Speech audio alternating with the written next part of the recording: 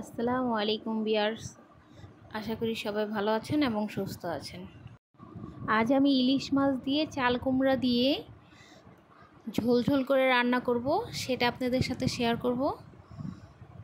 তো চলেন, প্রথমে আমি চুলার মধ্যে একটি প্যান বসিয়ে নিয়েছি। এখানে আমি পরিমাপ অনুযায়ী তেল দিয়ে দিয়েছি। এখন আমি আদা বাটি পেঁয়াজ কুচি তেলের মধ্যে দিয়ে দিব, দিয়ে ভালো মতো নেড়ে চেড়ে হালকা ব্রাউন কালার করে ভেজে নেব। ইলিশ মাছের এই ঝোল ঝোল তরকারিটা হলে তো আমার বাসায় আর কোনো কথাই নেই, সবাই হাত চেটে পুটে খায়, আর অন্য কোনো তরকারির প্রয়োজনই পড়ে না। তো এই তো আমার পেঁয়াজটা ভাজা ভাজা হয়ে এসেছে। এখন আমি 1 চামচ আদা রসুন বাটা দিয়ে 2-3 মিনিটের মতো ভেজে নেব। এখন আমি অল্প করে পানি দিয়ে কষিয়ে নেব। এখন আমি দিয়ে দেব 1 চামচ লবণ, 1.5 চামচ হলুদের গুঁড়ো, 1 চামচ মরিচের গুঁড়ো, 1 চামচ ধনিয়ার গুঁড়ো দিয়ে ভালো মতো নেড়ে চেড়ে কষিয়ে নেব।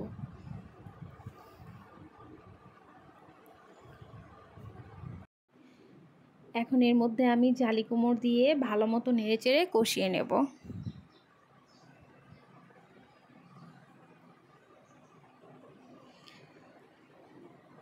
এই গরমের মধ্যে চাইলে কিন্তু আপনারাও জালি কুমড় আর ইলিশ মাছ দিয়ে এই মজাদার রেসিপিটি ট্রাই করতে পারেন। তো আমি কিছুক্ষণের জন্য ঢেকে দেব, যাতে করে আমার সবজিটা একটু সিদ্ধ হয়ে আসে। কিছুক্ষণ পর আমি আবার ঢাকনাটা উঠিয়ে নেড়ে চেড়ে নেব। এই তো আমার কষানো হয়ে এসেছে। এই তো দেখেন আমার সবজির উপর দিয়ে তেলটা কিভাবে ভাসা ভাসা হয়ে এসেছে।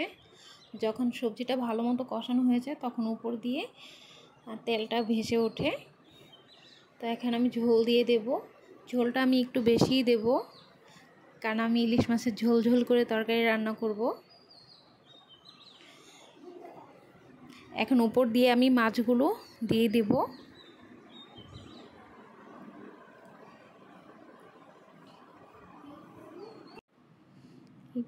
এই তো আমার মাছগুলো দেওয়া হয়ে এসেছে। এখন আমি কিছুক্ষণের জন্য ঢেকে দেব, যাতে করে আমার মাছ আর সবজিগুলো সিদ্ধ হয়ে আসে। কিছুক্ষণ পর ঢাকনা উঠিয়ে আমি হালকা করে নেড়ে চেড়ে দেব, আর মাছগুলো উল্টে পাল্টে দেব, যাতে করে অপর পিঠটা সিদ্ধ হয়ে আসে।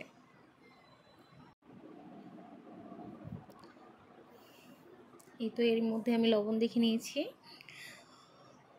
তো এই তরকারির মধ্যে আমি জিরা গুঁড়া, ধনিয়া কুচি কোনোটাই দিব না, কারণ তরকারির ফ্লেভারটাই নষ্ট হয়ে যাবে। আর এই ঝোল ঝোল ইলিশ মাছের তরকারিটা আমার শাশুড়ি কিন্তু খুবই পছন্দ করে। আমার হাতেরগুলো তো আর কোনো কথাই নেই। তো রেসিপিটা সবাই ট্রাই করবেন, যারা যারা করেননি। এই তো আমার ফাইনাল লুক, আশা করি সবার ভালো লাগবে।